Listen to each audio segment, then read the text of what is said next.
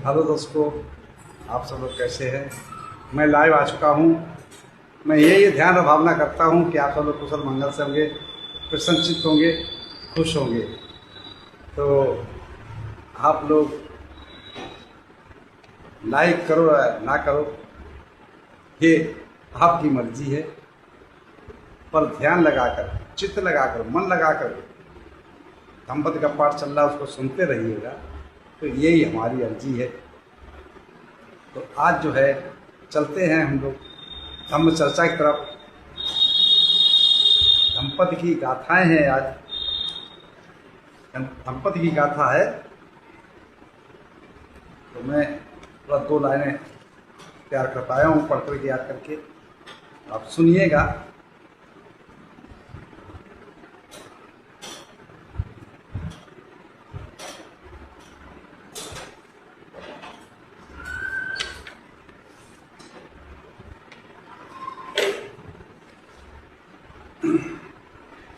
आज दर्शकों सुनो सभी,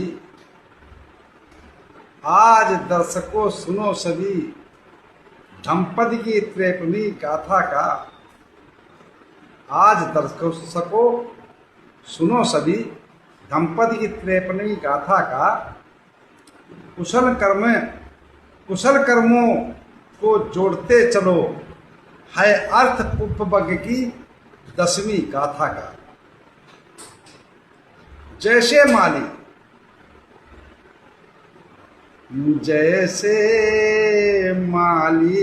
अज्ञानी हो,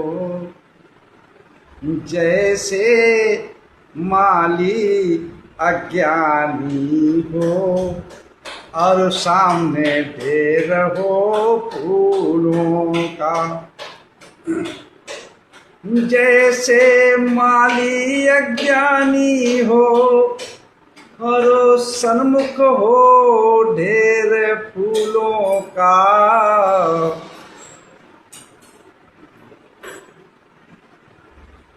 सुंदर माला नहीं बना सकता, वो सुंदर माला नहीं गूंथ सकता, चाहे जोर लगा ले जवानी का। सुंदर माला नहीं बना सकता, चाहे जोर लगा ले भरपूर जवानी का।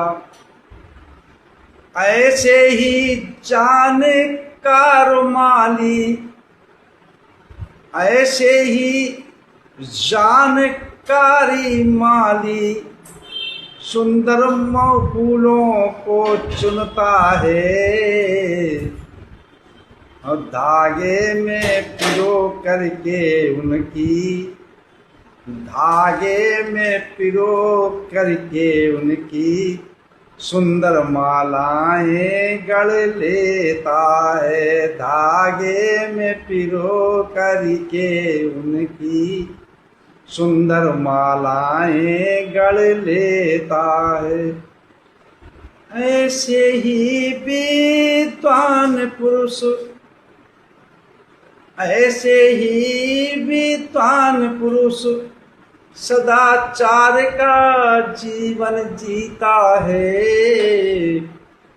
और कुशल कर्मों को कर करके, हाँ कुशल कर्मों को कर करके मन को शुद्ध कर लेता है, और कुशल कर्मों को कर करके मन को शुद्ध कर लेता है।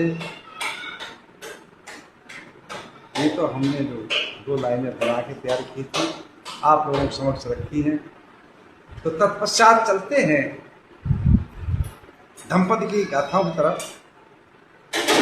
एवं मे सुतंग एकं समयं भगवा सावत्यं, विशाखा कुब्बारामे विहारे विहरते आरामे।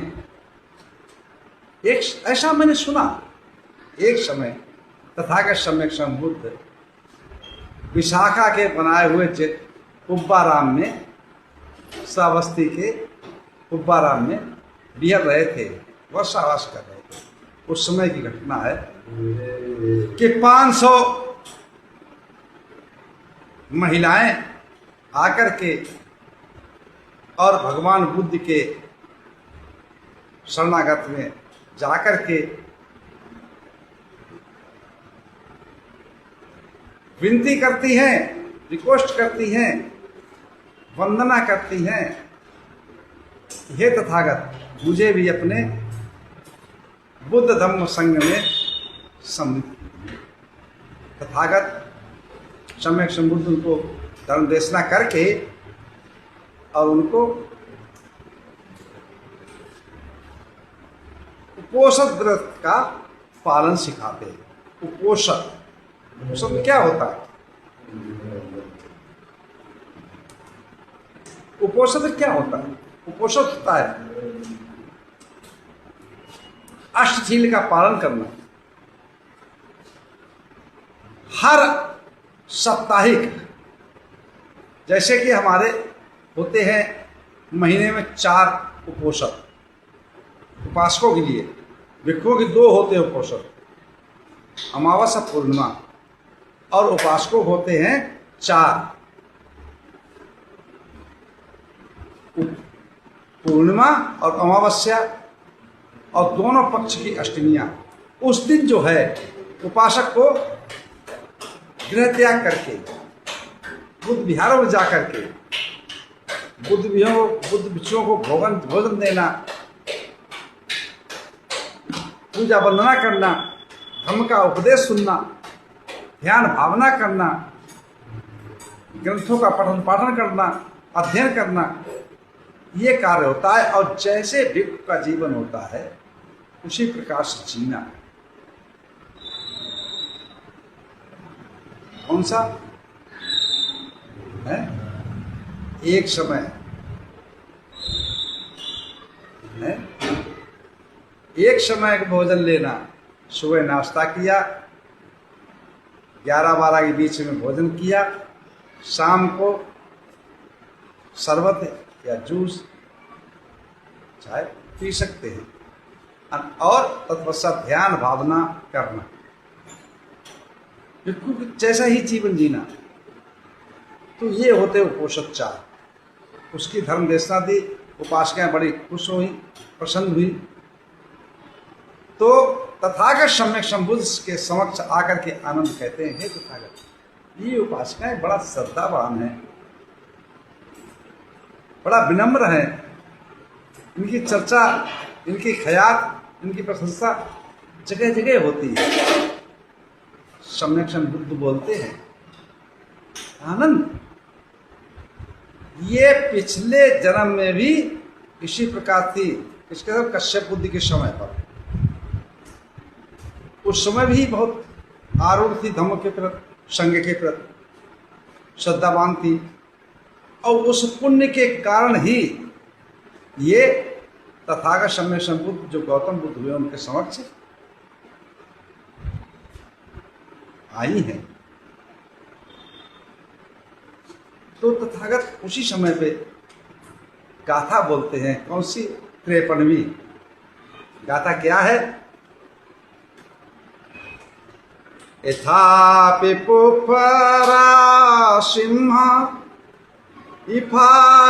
यथापि पुपरा सिंह कैरामाला गुणे बहु एवं जाते न मच्चेन कतब्बं कुशलं बहु। क्या कहा? यथापि पुपरा सिंह कैरामाला गुणे बहु एवं जे जाते न मच्चेन कतब्बं कुशलं बहु। जैसे कोई पुष्प रस से बहुत सी मालाएं बनाए, ऐसे ही उत्पन्न हुए प्राणी को चाहिए कि वह बहुत पुण्य कर्म करे, संपादन करे। अब आप लोग ये सोचेंगे संपादन क्या होता है? संपादन का मतलब है एकत्रित करना, इकट्ठा करना, छोटे से छोटा, बड़े से बड़ा जितने कर सकते पुण्य कर्म करते जाइए, पुण्य कर्म करते करते इकट्ठा करते जाइए। मतलब इकट्ठा करने में जागरूकता, स्मृति, ध्यान में रखना कि कभी भी कुशल कर्मों को छोड़ के अकुशल कर्म ना हो जाए, इसमें जागरूक रहना है,